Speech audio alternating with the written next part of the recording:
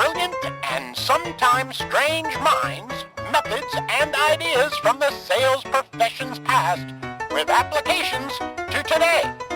Here is your host, best-selling author of The Transparency Sale and The Transparent Sales Leader, keynote speaker, trainer, and nerd, Todd Caponi.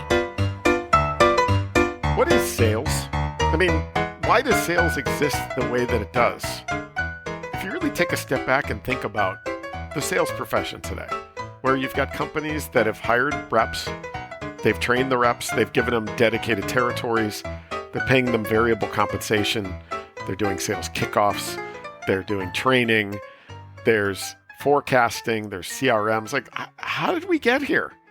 Well, I was asked that simple question a few months back, and I really dug into, all right, how would I answer this question? And I thought, you know what, this would make a good podcast episode. So I'm going to attempt to answer, why does sales exist the way it does? And then take you to a place of thinking through, if that's the way that it is today, based on what things were like 100 years ago, are we ready for another change? So let's just start. And there's a reason why I'm asking this question and answering it the way that I am. But what is sales? Like, let's tear it down to the studs. What is sales? Sales is essentially business getting. Going out and getting business. Drumming it up for whatever product or whatever company that you're representing. So if we go back to its core and go as far back as the Roman Empire, sales was originally commission only, if at its core. You sold because you had no other choice. If you had something others wanted, you weren't running Facebook ads and selling on Amazon. I mean, you sold what you had and kept the difference to survive. So essentially, that's kind of a commission only. Nobody's paying you a salary if you produce something and you went out and sold it. Whatever that profit was, you kept it. That, the Roman Empire, a little bit before and after BC AD, it was that way for the most part for thousands of years. Individuals and quote-unquote companies that made things to sell either did it themselves at regular market day events, or they hired independent salespeople who traveled the country repping multiple products, oftentimes known as bagmen or drummers. These bagmen were known for hard drinking, telling jokes, and selling really without a care for the accuracy of their pitch or for the outcomes the customer would receive. I mean, essentially, they sold and moved on. And like I said, it was that way all the way up into the late 1800s.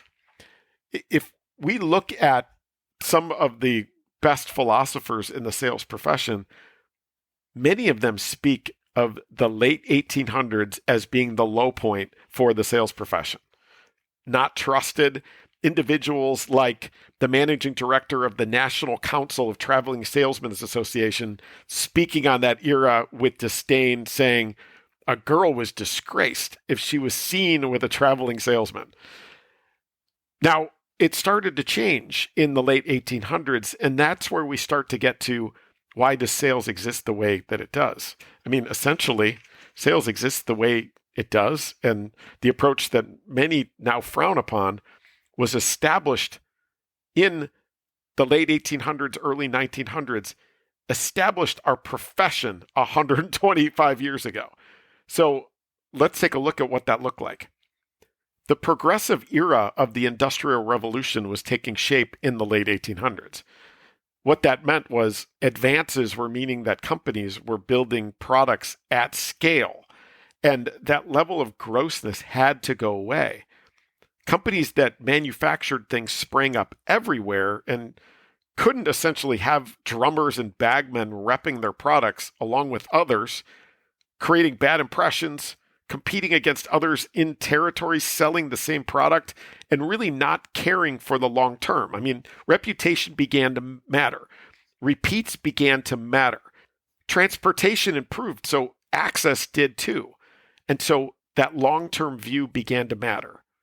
So what ended up happening? Well, organizations started to hire their own salespeople, and people like John Patterson at NCR and companies like the Burroughs Adding Machine and a number of others were not only hiring these salespeople, but they were giving them full paid training. They were giving them dedicated territories. Customer success began to matter. They started to pay salary plus variable compensation. I'm going to stop for a second and take a step back to something that I read from Arthur Sheldon in 1909. And it all ties together here. He spoke of a quote that apparently at the time had been said many a time, but then he ties it to the sales profession today and the way that we should be thinking about it.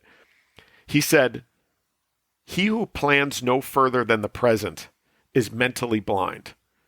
He who plans for a year ahead is a general. He who plans for a lifetime is a genius.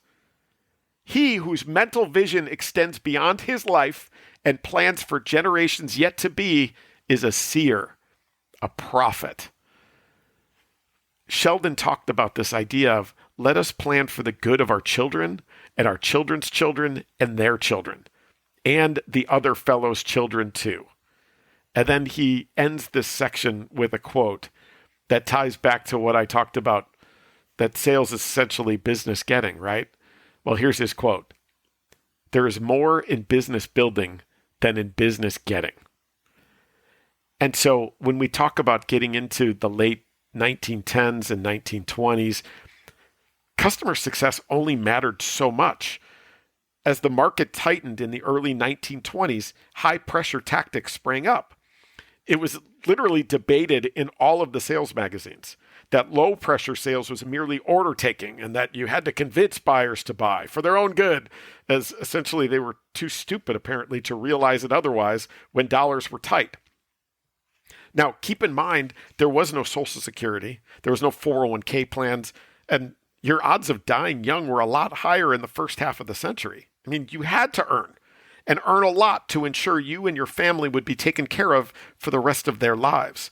So money was the primary motivator for selling.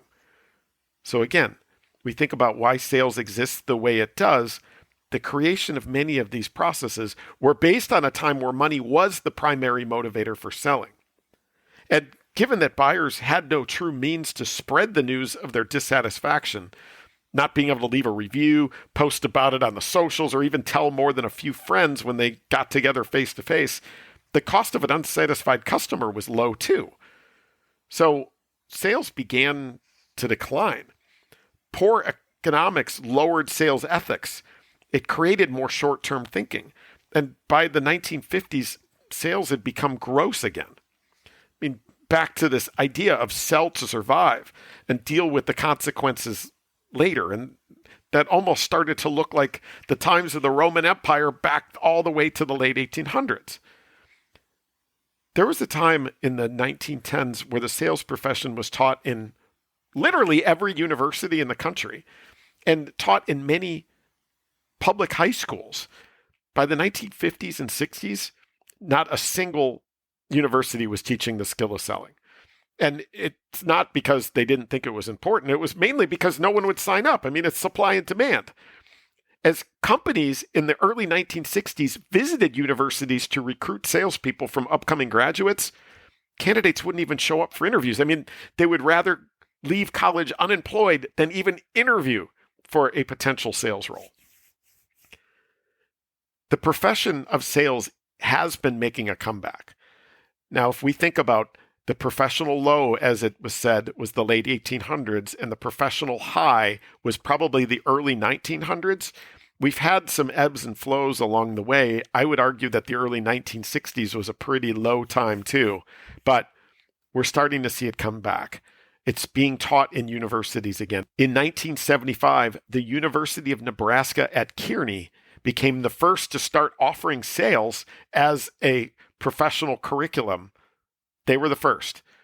Now it's being taught at over 300 universities. It's a major at over 100 universities, and they've even entrusted their students to me a few times, which is amazing. And those audiences, they're engaged, they're taking notes, they're asking questions. But when we look at the original design of the modern sales profession, that was late 1800s, early 1900s, and so much of that is exactly the way it is today. Now, as you've heard me argue, sales hasn't changed as much as it seems. When we talk and listen and read on LinkedIn, that sales has changed and buyers have changed. No, they haven't. But there are a couple of things that tell us pretty conclusively that maybe the design and the way that sales exists today is ripe for change. I would point to two core reasons why. Number one is this as a service or subscription economy. Now back then, like I said, the sale was the peak.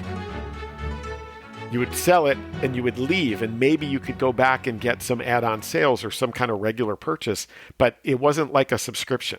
If you lost that customer, you just go find a few more.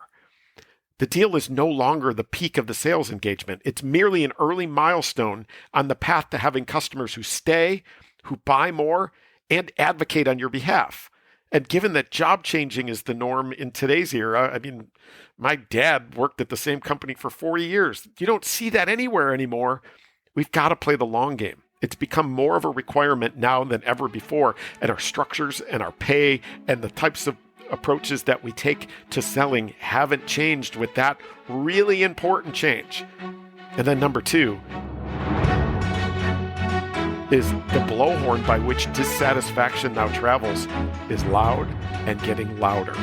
Bad news travels faster than good news, and today it travels at an all-time record. The truth always prevails. I do believe that the sales world is ripe for an adjustment to how success is measured and paid for. The long game has always helped companies win the long game, but today it helps you win the short game too. Incentives centered around that idea have never been more important to the sustainability of organizations and the attraction of talent to the sales profession. Remember what Arthur Sheldon said, that he who plans no further than the present is mentally blind. He who plans for a year ahead is a general. He who plans for a lifetime is a genius. He whose mental vision extends beyond this life and plans for generations yet to be is a seer, a prophet. And he talked about that there is more in business building than in business getting. He went on to talk about this idea that business building is the making of each customer a repeater, and also the making of each customer the first link in an endless chain to bring more customers. Unless you think of the other fellow and many other fellows, unless your actions are the result of the true brotherhood of man idea, you cannot so deal with the public that you, to the best possible extent, make of each customer a repeater in trade. What does that mean? Well, why does sales exist the way it does? Well, it exists the way it does at a time where the Industrial Revolution meant that we needed to hire our own salespeople, and the long game started to matter, but it only mattered so much. In my opinion, everything depends on the long game today. That winning the long game not only wins the long game, but it wins the short game too. What do I mean by that? I talk to clients and I talk to individual reps who are like, whoa, hey, you know what? If I find a client that's got anything other than lint in their wallet, I got to go get it. The economy is tough. We got to go get every dollar we can. And when I ask, well, when the customer finds out that maybe you weren't the best option for them, or maybe what was promised is not perfectly aligned to what reality sets in and looks like, what do? And their answer is, well, we deal with the dissatisfaction as it comes along. I would argue that winning the short game for the sake of only winning the short game may get you that revenue. It may get you that deal. But in today's environment and the direction we're going, it will cost you probably 4 deals that you never even knew existed because of that blowhorn by which people can share. And when that individual goes to other companies, it's going to cost you again. And when they don't repeat, your cost of sales is going to be higher, so your deal level profitability goes down too. Arthur Sheldon was referring to a quote in 1909 that was said before 1909. He who plans no further than the present is mentally blind. Why is it that so many of us in sales still think this way, that we're planning no further than the present? We are mentally blind. He who plans for a year ahead is a general. All right, that's pretty good. But he who plans for a lifetime is a genius. And he whose mental vision extends beyond his life and plans for generations yet to be is a seer, a prophet. don't we need to start thinking that way in the way that we structure our go-to-markets and our sales compensation plans? We have got to play the long game, and I'm a believer that the structures and processes need to start to support those, and they're not quite there yet. We are still living with variable compensation plans that read exactly as they did in some of my books and magazines from literally 100 years ago. We need to start to evolve to encompass this idea of playing the long game and this as a service economy. So there's your answer. Why does sales exist the way it does? Well, there were some thought leaders and philosophers that developed this way. There were some pioneers to the profession that developed it this way back in the late 1800s and early 1900s. And for the most part, not much has changed. And there are things that are changing. So maybe it's time to embrace that. What do you think? This one was deep. Hopefully it gives you a good picture, especially if you're new to the podcast, of a kind of a brief history of the sales profession. But I would love to hear your feedback. If you want to challenge anything, please reach out. Go to toddcaponi.com. You can contact me through there. You can reach out to me on LinkedIn. Feedback, questions, thoughts, ideas for future podcast episodes. Would love that. It's normally questions like these.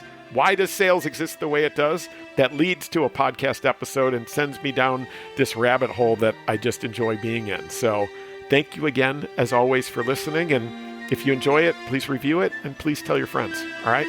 Thanks again.